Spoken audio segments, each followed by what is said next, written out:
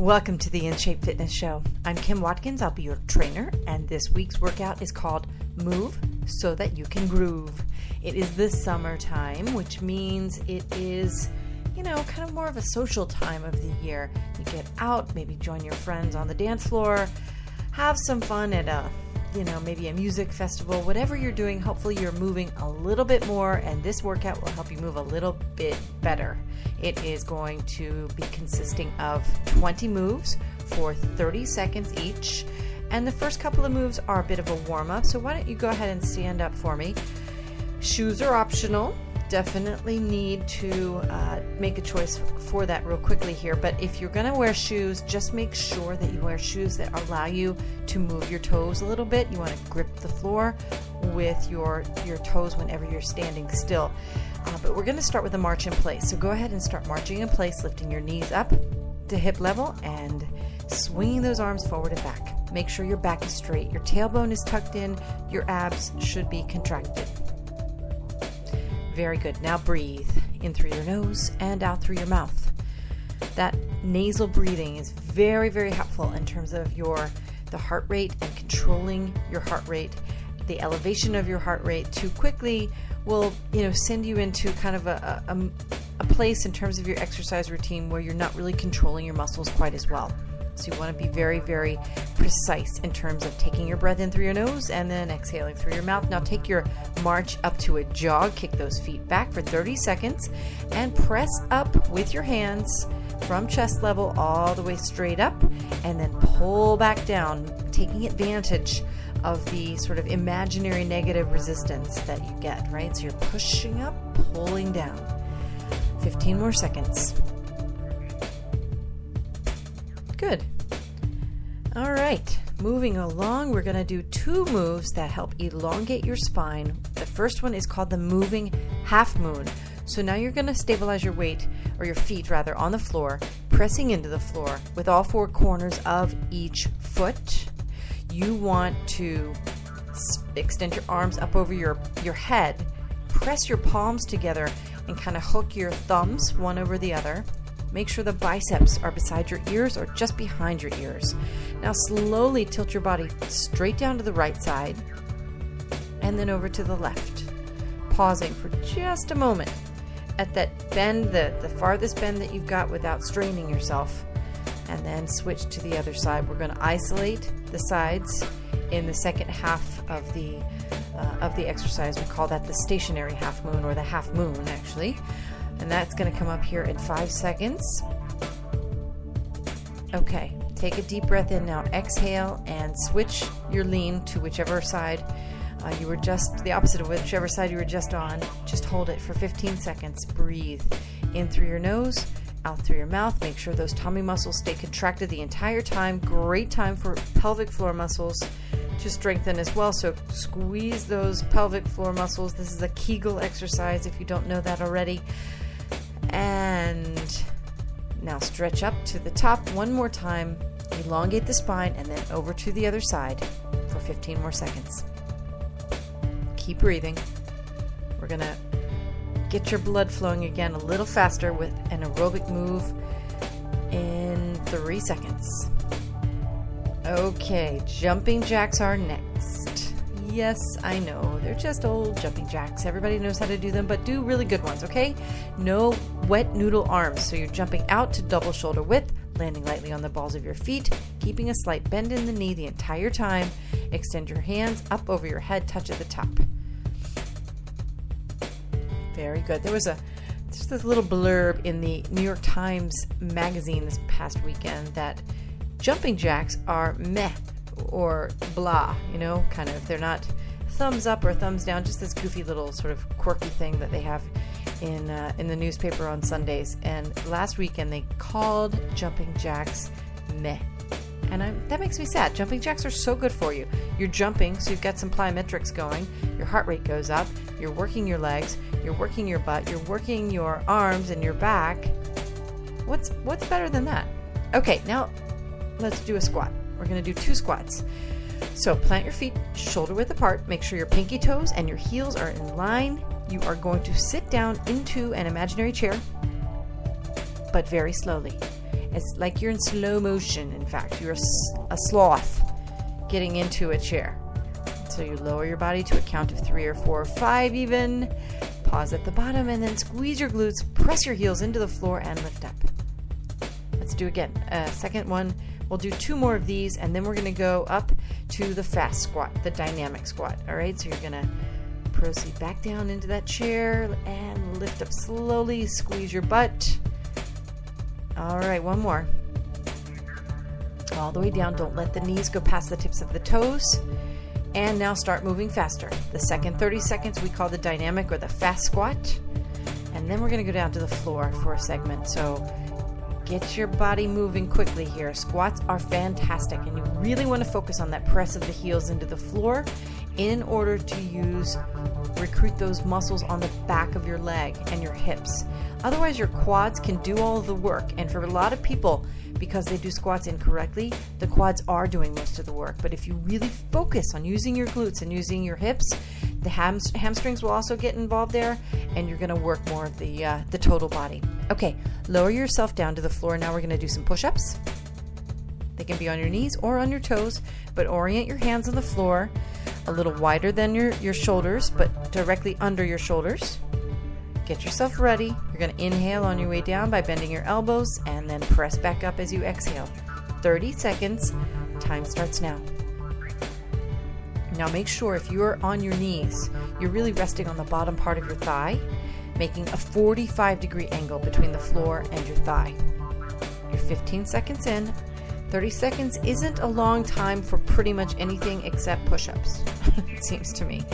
Push-ups for 30 seconds. If you're moving fairly dynamically, that is a fair number of push-ups. But you're done. That was 30 seconds. Now lower your body down to your knees if you haven't already, and let's do a couple of cat camels. So drop your head like a bowling ball, round up your spine,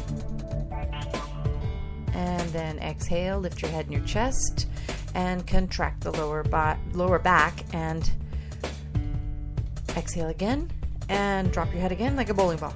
Round up the spine. Try to get the spine, the middle part of your back, up into the air, a little bit higher. One last exhale, head and chest up, squeeze the lower back. Okay, good. Now neutralize your back, so flatten it out. You're going to extend your right arm out, straight out, don't lift your shoulder, and then the left leg goes straight back, pointing your toe. This is the bird dog.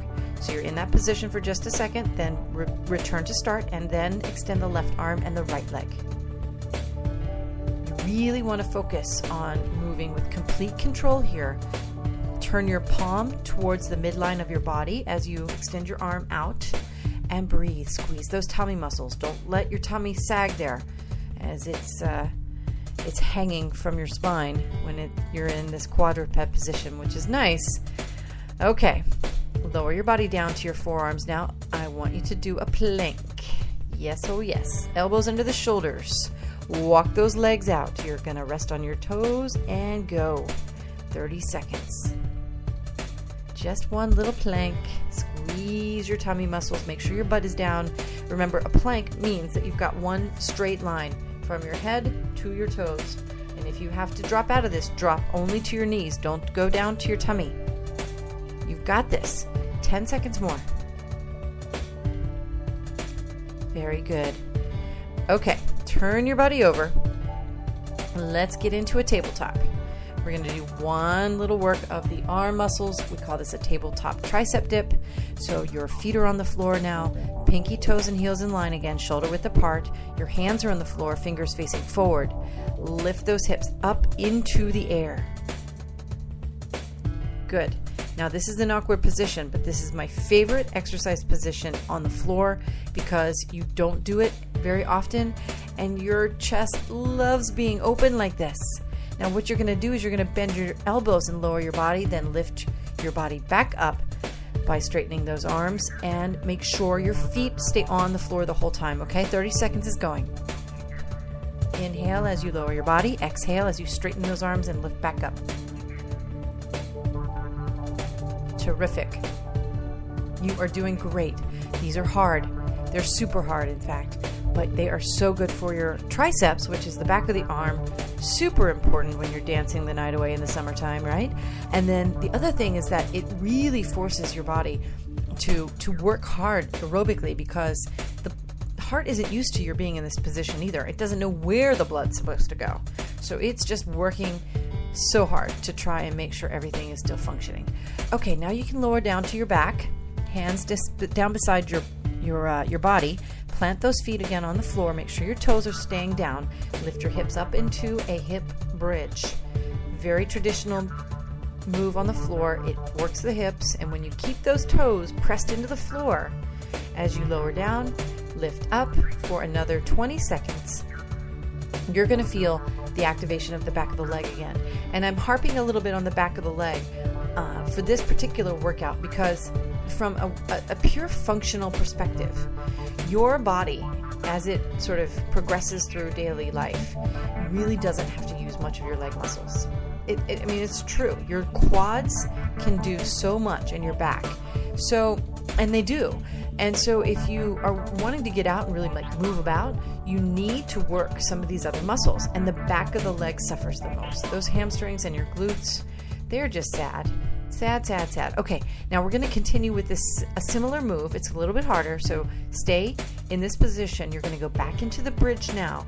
And I want you to lift your left foot up into the air, and then stabilizing yourself up in the bridge on just your right foot. Now slowly tap the left toes down onto the floor gently. Lift up and tap for 15 seconds. This is called a Swiss hip extension, and I love it. You really, really, really get that isolation of the hip muscle on the stable leg. And then, of course, you're working it less so on the moving leg, but you want to keep those toes pressed in on the right leg. Okay, switch now. Left foot down, right foot lifted, and press or tap rather the toes of the right foot. We are almost finished. Very nice.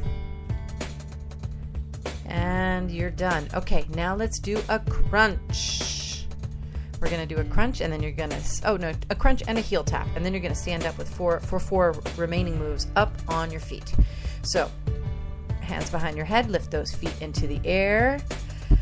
Your knees are bent at 90 degrees. Now take a deep breath in as you lift up. Pretend someone's wrapped a string around your sternum. You want to lift through your chest and stare at your ceiling. Lift straight up, not curl forward. Exhale as you lift up. Inhale as you lower back down. Squeeze. I know I keep harping on this word squeeze, but the truth of the matter is that you are flexing, working these abdominal muscles, but you're going to get even more action on the internal abs if you really concentrate on those isometric contractions. All right, 3 seconds. Good. Now extend those hands back down to your sides. What you're going to do now is something we call a heel tap. So you're going to squeeze again those front ab muscles and lift up, but you're going to also lift around to the side, kind of up and around laterally. And your right arm, which is extended now down by your sides, you're going to tap the right heel with the right hand, with the right fingertips. Just barely graze it. And then go back all the way to the floor with your head, and then lift up and around to the left to tap the left heel with your left fingertips. Take your time. Squeeze. Once again, just focus on the squeeze. The repetition number doesn't matter. And we've got 10 seconds more. Coming up on 14 minutes, and you've got 4 moves left. They're pretty intense, so get yourself ready, but stand on up now. We're going to do some bunny hops. So get your hands on your hips. Bend those knees a little bit. You're going to land lightly on the balls of your feet and just start jumping. 30 seconds. And if you're strong and you're feeling kind of frisky at this point, do a little twist through the waist there. Bunny hop twist. You are halfway through. For the next segment, we're going to keep jumping, and you're going to jump side to side. All right?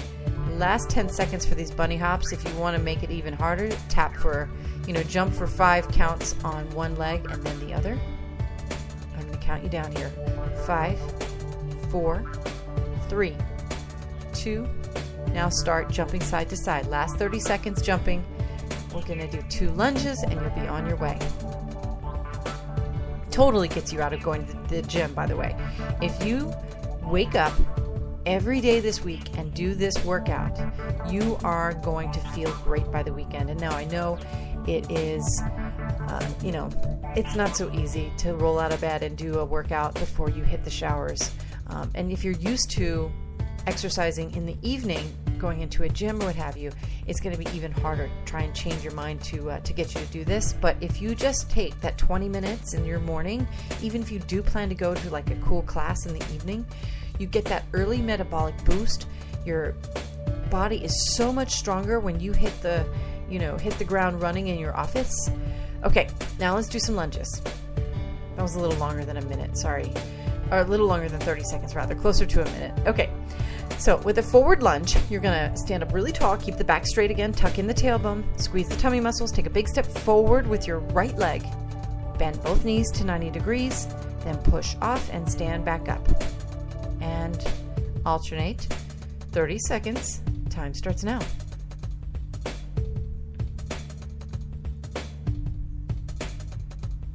Terrific. You are doing great. Take your time. Make sure that your toes don't turn out, or rather that your ankles don't turn in as you move through lunges. Very important to control the position of your foot and to grip the floor, which is one of the reasons why, yes, even though we were doing some jumping, I still like bare feet for these workouts. Okay, now you're going to add a little bit of a variation. It's called a curtsy lunge. So instead of just stepping forward with the right foot, step forward and to the left in a diagonal movement. Forward to the left with the right foot, then bend both knees, then push off, back to start, and alternate again. Last 30 seconds. See, sometimes I like to throw the abs in the middle, especially with these sort of real functional fitness exercise routines where it's so important for you to kind of get a sense in your mind of the purpose of the workout and how it's relevant to what you're going to be doing. Because obviously when you dance or when you're out with your friends on a summer night, you might be sitting down, but you're not going to be doing anything on the floor necessarily. You may, however, be on your feet and you'll be moving around. So this just gets you excited. Your curtsies are done. Thank you so much for joining me for this exercise routine. I'm Kim Watkins from In Shape Fitness. If you have any questions, definitely get in touch with me at inshape-fitness.com. You can find us on Facebook, Twitter, and there's a PDF of this entire workout available as well at the hellowella.com website. So definitely check that out and print it out and use this workout as much as you can. Have a great day. I'll see you soon.